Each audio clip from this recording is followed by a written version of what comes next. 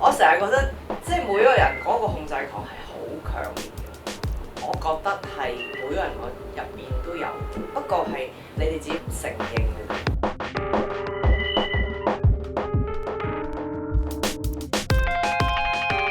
咁同埋我覺得呢樣嘢唔係好衰嘅，即係我覺得控制住打理一個人生好過你 hea 住去咩？咁我覺得衰極都有個譜咯。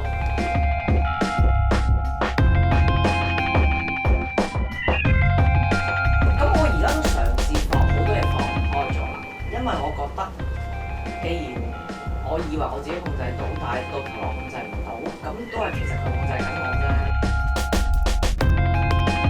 堅持是一種病，放棄是絕症。我係吳君如，我嘅病係控制狂。如果你真係可以控制到所有嘅嘢，咁其實何嘗又唔係所有嘢控制緊你呢？